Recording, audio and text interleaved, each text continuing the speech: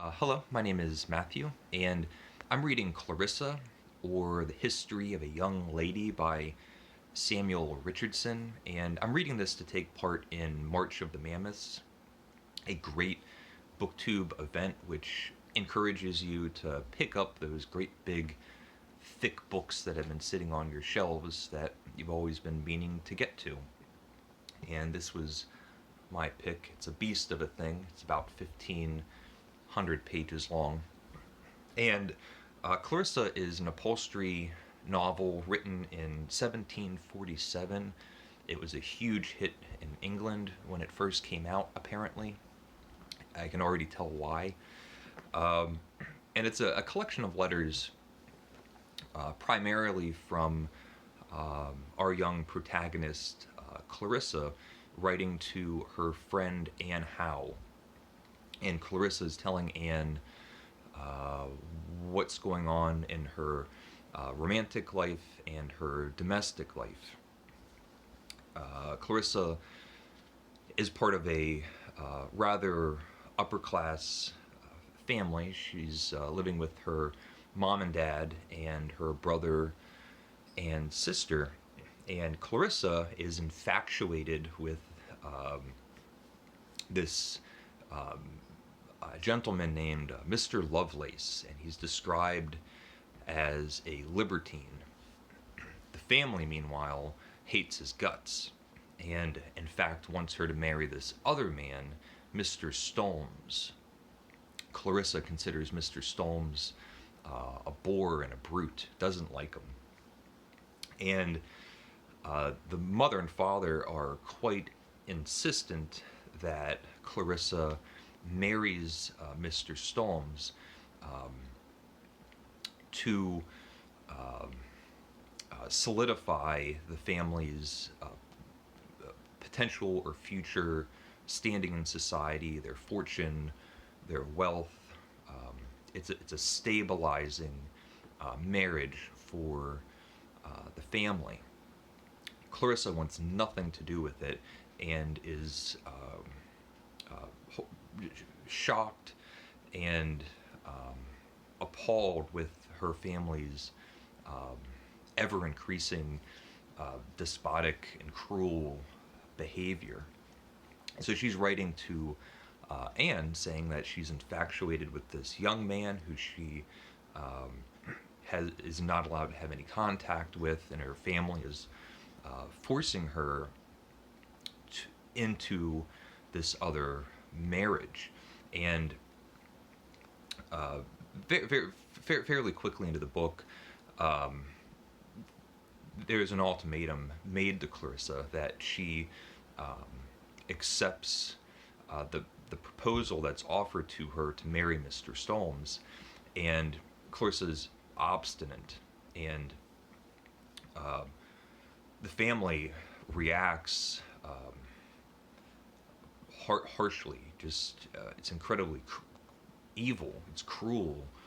Um, Clarissa is just imprisoned in her own house. She's not allowed to leave her room. The family, the mother, does the best she can to cut off contact with the entire outside world. She's not allowed to mail letters. She's not allowed to have visitors. In fact, the family is so upset with her that they can't even stand the sight of her. So she has a prearranged schedule for when she can go out of her room in order not to see her mother or father or siblings. And Clarissa is writing all of this in great detail to Anne Howe, the friend of hers, about all of these things that are going on and how she's being mistreated, and the arguments and disagreements and punishments that she's been going through in great detail and beautifully written language. The book it feels like a French novel. It feels rather Proustian, and not just because of the length, but these long, rich, luxurious sentences, the style in which it is written, but also the tone or message reminds me quite a lot of Remembrance of Things Past. Just this perceptive reflection on the world around you and the response of your mental state to your situation. It's quite Proustian. And I couldn't help but think of A Room with a View, and that imagined scenario of Shakespeare having a sister who is just as brilliant as William Shakespeare. And Virginia Woolf gives this summarized theory of how that life would go for a young lady that would have no money, no possibilities, no favors, no chance of being able to stand on her own 2 feet. And this book feels like a novelized version of Virginia Woolf's scenario, because Clarissa is incredibly intelligent. She's a convincing writer. In fact, in the letters, it's mentioned a few times how good of a letter writer Clarissa is known to be. So it's not entirely just Clarissa's letters. We also get Anne's responses, and other members of the family, and members of this story, the other lovers and things like that. At one point, Anne finally writes back to respond to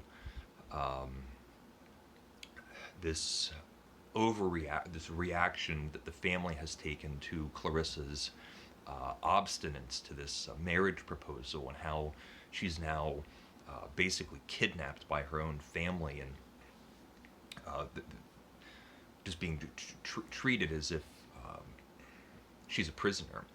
And so Clarissa goes into great detail talking about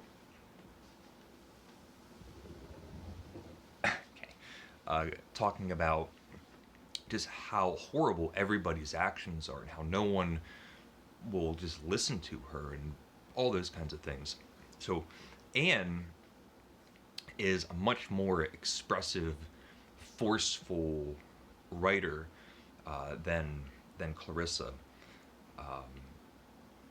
One of the things that's amazing about this book is each letter correspondent, each letter writer really feels as if they have a unique voice. When you're reading one person's letter, it feels like it was written by a person. So Anne's letters feel as if they were written by a different person than Clarissa's. It's incredible. But Anne writes back and goes like, "Well, your family is horrible. Your mother's horrible. Your father's horrible. Your brother, your sister," and it goes at length with this very natural, expected response that you might have to hearing about Clarissa's situation that she is in. And it was one of my favorite parts so far. I'm only 10% through the book. At 186 pages for the week. Well, Clarissa reads this letter from Anne to say how her whole family is horrible, and in a very human moment, I thought, Clarissa responds and says that she's offended and doesn't want to, because how dare you speak of my family like that? Yes, all of these things are happening. Yes, they are terrible, but you can't say that my mother is horrible. That's my mother.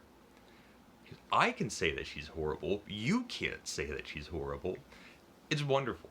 wonderful, just so relatable and human, and also tongue-in-cheek, because they carry on with their conversation, but just Clarissa uh, drawing certain lines of what is acceptable and what's not.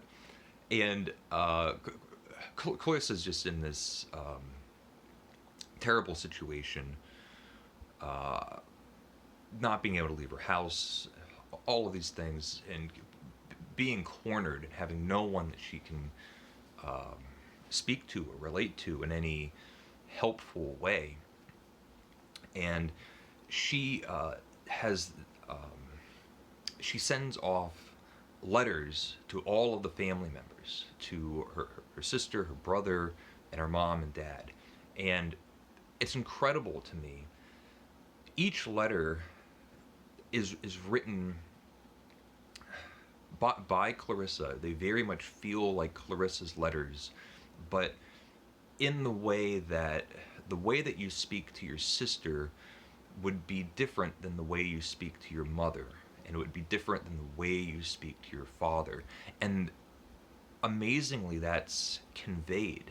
So the letter to her father is